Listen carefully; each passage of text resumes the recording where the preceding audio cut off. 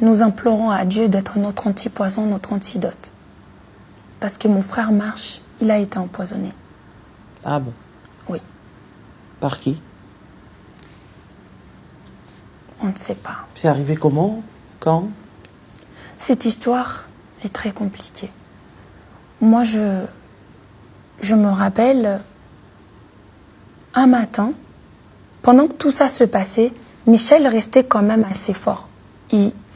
Fort dans l'esprit. Pour vous dire ce que les gens ne savent pas, il se réveillait tous les matins vers 5 heures, il allait à la montagne. Il allait prier à la montagne. Et il redescendait vers le soir. Et puis il allait quand même au studio, il essayait de s'accrocher à quelque chose. Un jour, mon frère m'appelle, André, et me dit c'est bizarre, j'appelle Michel, mais il répond pas. Je peux vous montrer mon téléphone. On commence à l'appeler, il répondait pas. C'est tard dans la journée qu'on a appris que mon frère avait été enlevé, menotté, avec tous ces musiciens. Et qu'est-ce qui s'est passé en fait? On ne comprend pas trop cette histoire. Donc il faisait partie des personnes arrêtées dernièrement. Il faisait partie des personnes arrêtées. Il y avait mon frère et tous ses chantres, y compris les femmes. Ils ont tous été arrêtés. Pour quelle raison? L'histoire dit que les gens étaient venus chercher un bassiste qui s'appelle Jérémy. Mais pourquoi arrêter tous les autres? Pourquoi ménoter Michel? Pourquoi les ménoter? Pourquoi les frapper? Pourquoi leur prendre leurs objets personnels? Ils ont été frappés. Bien sûr. Bien sûr. Et ils les ont amenés. Ils ont été arrêtés. Mais maintenant, quand je vois ne serait-ce que cette histoire, je me pose la question. Est-il devenu un criminel? Mais ça a quelque chose à voir avec ces images à lui qui ont été diffusées sur les réseaux sociaux ou... Nous n'avons pas de réponse. La personne qui était fait arrêter, la personne qui apparemment qui était arrêtée, c'était pour une autre histoire. Mais nous restons quand même confus. Quand on vient pour arrêter une personne, c'est-à-dire qu'on a un mandat d'arrêt. Mais pourquoi amener tous les autres? Et personne ne peut dire qu'il ne connaissait pas le visage de Michel. On ne peut pas dire qu'il a été arrêté par erreur. Ces pauvres enfants qui ont été arrêtés, le Florian, Yvon, même Rachel, Adassa, ils ont tous été arrêtés ce jour-là. Il y en a même qui ont passé la nuit là-bas. Ça a commencé comme ça. Mais jusqu'à être frappés quand même, là, ça va loin. Bien sûr qu'ils ont subi des violences. Ils ont été amenés dans des voitures qu'on ne pourrait même pas tracer.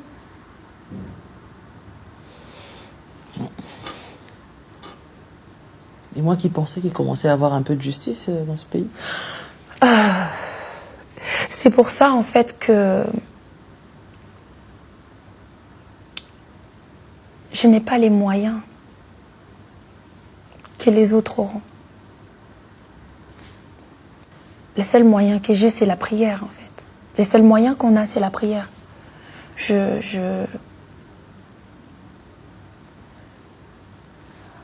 Quand vous voyez, en fait, ton petit frère, parce que quand c'est comme ça, j'ai envie de dire mon petit frère, se faire arrêter pour une raison qui n'existe pas, pour un motif qui n'existe pas, et qu'on n'a même pas la... C'est un enlèvement, en fait. Tous ces jeunes. Moi, je me rappelle jusqu'à tard le soir, j'appelais Florian, j'essayais de savoir comment il allait, où il était. La femme d'Yvon était complètement paniquée. Ma mère s'est retrouvée à l'hôpital avec... Mais il n'a pas porté plainte? Non. Mais pourquoi?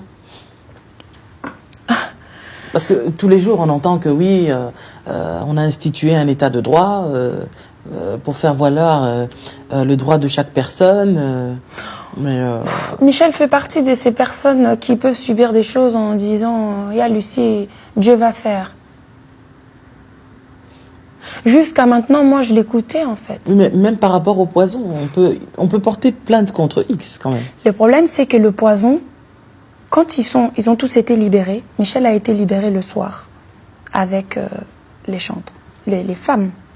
Sauf que une partie de son équipe est restée. Et quand C'était où, en prison, en garde à vue Non, en prison, là-bas. Ils étaient là où on amène les criminels, en fait. Ah bon. Dans des conditions abominables. Waouh. Ces enfants innocents, que j'ai envie de dire, ont passé leur nuit là-bas. Mais au nom de quoi, en fait? Au nom de quoi et pourquoi? J'ai pas de réponse. Quand il sort, je parle à mon nom. Hein. Je ne suis pas Michel Bakenda. Je suis Lucie. Mais les gens doivent me comprendre. Mais excusez-moi, est-ce qu'il est le seul à avoir été empoisonné? Aux dernières nouvelles, non. Parce que c'est comme ça qu'on l'a su. Quand Jérémy est sorti... Est-ce que le poison a un lien avec l'arrestation? Pour moi, oui. Parce que je ne comprends pas, en fait, comment est-ce que Michel pourrait être empoisonné? Qui voudrait empoisonner Michel et pourquoi? Comment vous avez su? Comment on l'a su, c'est que quand Florian et Yvon sont sortis, moi j'ai essayé de les joindre pour savoir comment ils allaient et tout ça. Ils me disaient, Yaya, on va pas bien. Au niveau de la santé, ça va pas. Je me suis dit, mais comment ça? Enfin, ils les ont arrêtés et puis maintenant c'est la santé, il y a un souci. Mais on est quand même resté encore vague là-dessus, on n'en parlait pas, on laissait.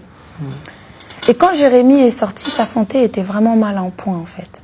Il appelle Michel pour lui dire, viens, faut aller faire des examens. Donc ils sont tous partis faire des examens. Je me rappelle, un matin, j'allais au travail, j'appelle Michel et il me dit, j'ai quelque chose à te dire. Mais il faut que tu sois forte. Il faut que tu le dises à personne. À ce moment-là, j'avais plus le courage en fait. Il y a un côté qui me disait, je ne vais pas savoir. Et un autre qui me disait, mais... Limite en fait, je me disais, qu'est-ce qu'il y a encore? Il y a quoi qui s'est dit encore? Vous voyez, à ce moment-là, je me suis posé des milliards de questions, mais en espace de 5 secondes. Et là, il me dit, j'étais partie faire des examens. Ils ont dit que j'ai été empoisonnée. À ce moment-là, j'ai eu la sensation qu'on venait de sortir mon cœur et qu'on marchait avec, en fait. Comme si ma vie...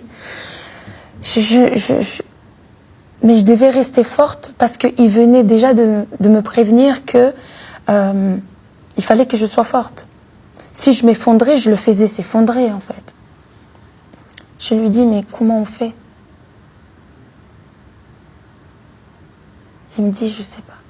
Je lui ai dit, il faut aller à l'hôpital, faire des examens, scientifiquement parlant.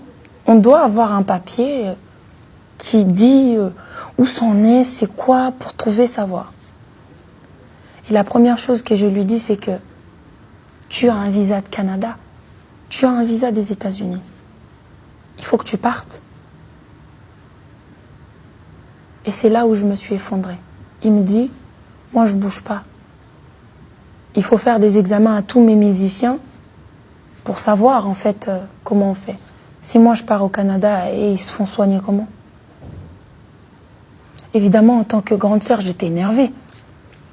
Je lui dis, mais tous tes musiciens, ils ont leur famille. Nous, on doit s'occuper de toi et eux aussi, leur famille doit s'occuper d'eux. Ce n'est pas toi qui les as empoisonnés, en fait. Tu es victime. Il me dit, non, je ne veux pas parler comme ça, et il raccroche le téléphone. j'avais perdu le peu d'énergie que j'avais en fait ce jour-là. Je me suis dit, mais comment je vais le dire à ma mère? Elle est déjà anéantie par des vidéos. Mais qu'est-ce que ça va lui faire, le poison?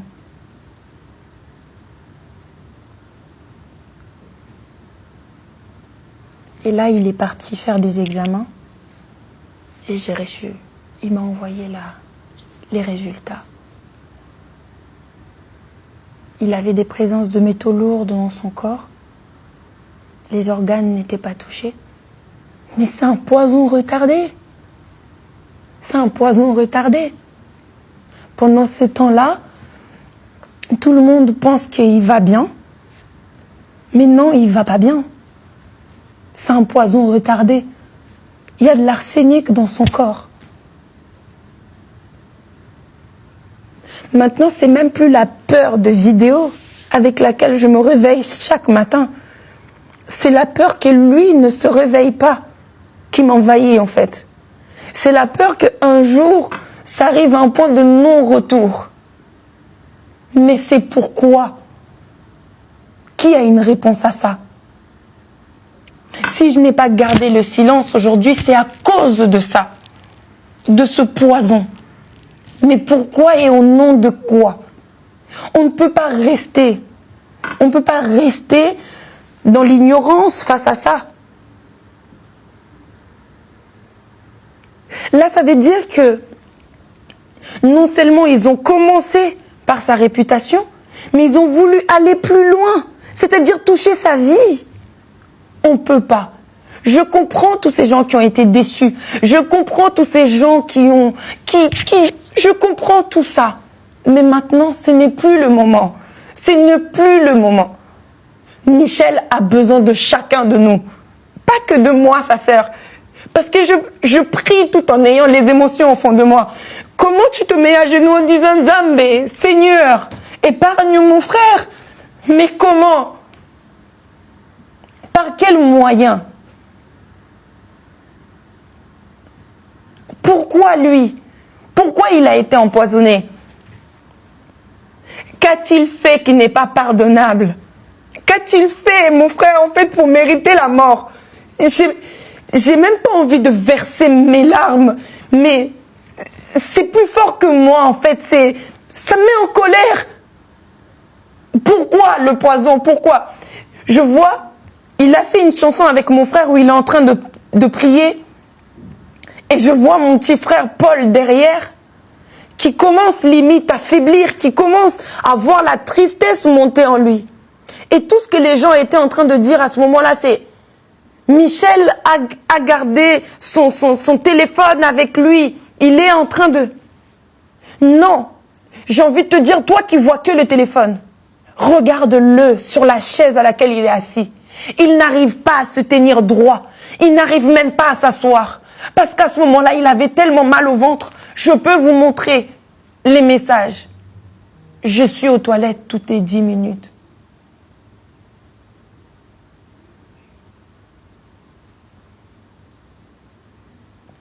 Oui, les choses sont faites. Oui, il s'est passé des choses. Et il y en aura encore et encore dans cette vie, dans la vie dans laquelle on vit. Ce n'est pas fini.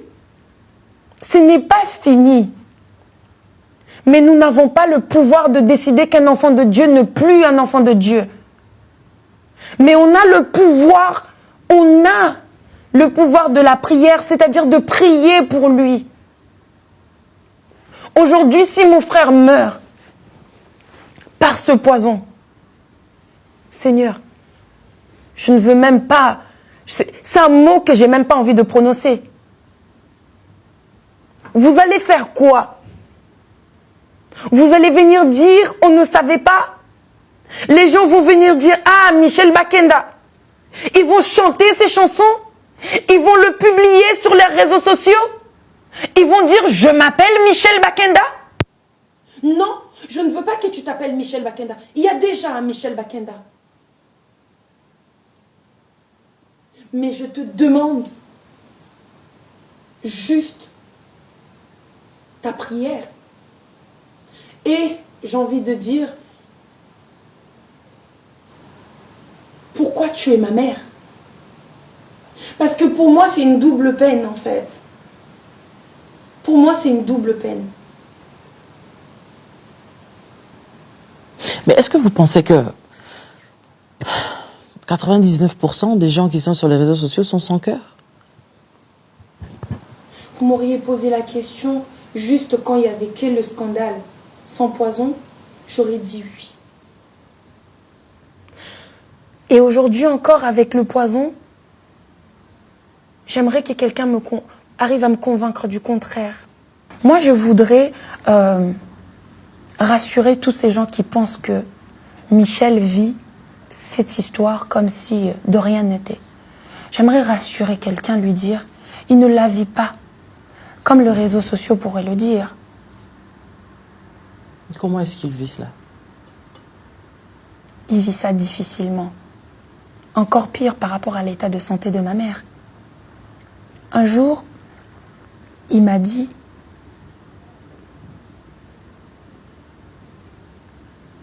Alice, est-ce que j'ai tué quelqu'un? Vous savez, c'est fort hein, d'entendre ça. Je ne savais plus quoi faire. À un moment donné, j'étais impuissante en fait. Je suis maman, je dois m'occuper de mes enfants. Je suis grande sœur, c'est-à-dire que je dois épauler mes petits frères. Je suis l'aînée de ma famille. C'est-à-dire qu'au-dessus de moi, j'ai pas de grande sœur, j'ai pas de grand frère. Ça veut dire que Paul tombe avec Michel, Michel tombe et moi je dois les rattraper. C'est compliqué. À un moment, on est perdu. On ne sait plus quoi faire. Je ne connais pas des gens haut placés pour aller aider Michel. Je ne suis pas millionnaire. Je n'ai pas l'argent à sortir pour payer des gens, pour faire des choses. Mais j'avais compris que j'avais Dieu. Et surtout, j'avais la prière, j'avais l'intersection. C'est pour ça que j'avais fait ces chaînes de prière en ligne pour mobiliser les gens, pour leur dire, n'abandonnons pas. Ne l'abandonnons pas. Moi, j'ai envie de parler à une maman qui a son fils à la maison. J'ai envie de parler à une grande sœur qui est aussi, parfois, qui pourrait se retrouver à ma place. J'ai envie de parler à un papa, à un père. Je ne parle plus qu'à des personnes qui sont derrière leurs ordinateurs ou derrière leur téléphone. J'aimerais toucher à ton cœur d'une maman. Tu es une maman, regarde ton enfant à côté de toi. Peut-être qu'il n'a que 2 ans, peut-être qu'il n'a que 3 ans. Mets-toi à la place de la mère de Michel. J'ai envie de parler à une grande sœur. J'aimerais te dire, mes nuits en ce moment sont difficiles. Chaque jour, je me réveille peut-être avec ces messages sur les réseaux sociaux, mais envahi par la peur, par la tristesse. Et si je n'avais pas Dieu? Et si on n'avait pas Dieu? Parce que chaque jour, il y a une nouvelle. Chaque jour, il y a une nouvelle. Si je vous montre mon téléphone, quand tout ça a commencé, j'ai reçu le premier jour 325 messages d'insultes. Mon frère m'a dit... Et pourquoi c'est à vous qu'on envoie les messages d'insultes? Pourquoi à moi? J'ai envie de dire heureusement, c'est à moi. J'ai envie de dire heureusement. Vous vous rendez compte, à chaque fois que je reçois un message, je me dis c'est un de moins à mon frère. C'est un de moins à ma sœur. C'est un de moins à ma mère. Et qu'est-ce qu'au final la famille a à voir là-dedans?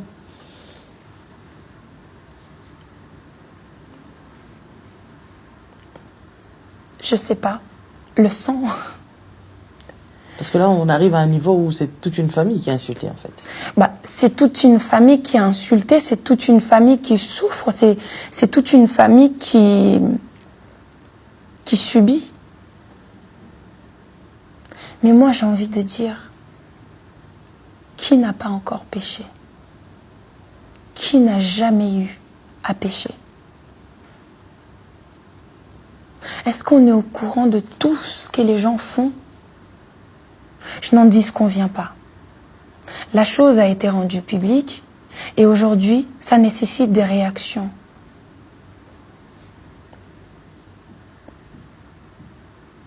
Mais où vont toutes ces réactions?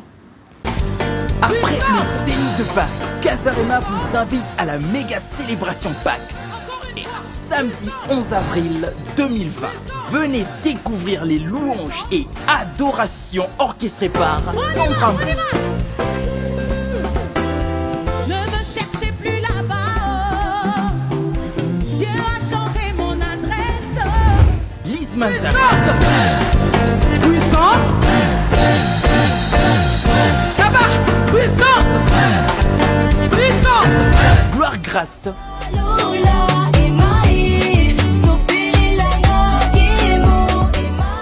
Alkambumba.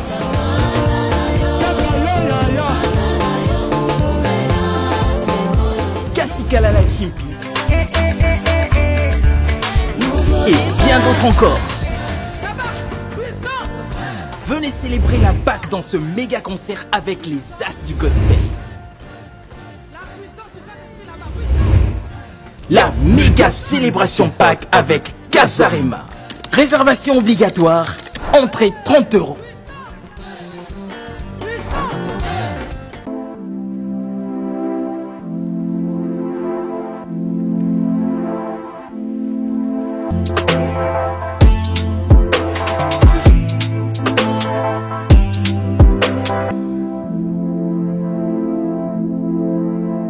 C'est votre serviteur, le prophète Francis Nawala, que vous avez toujours suivi sur Casarema.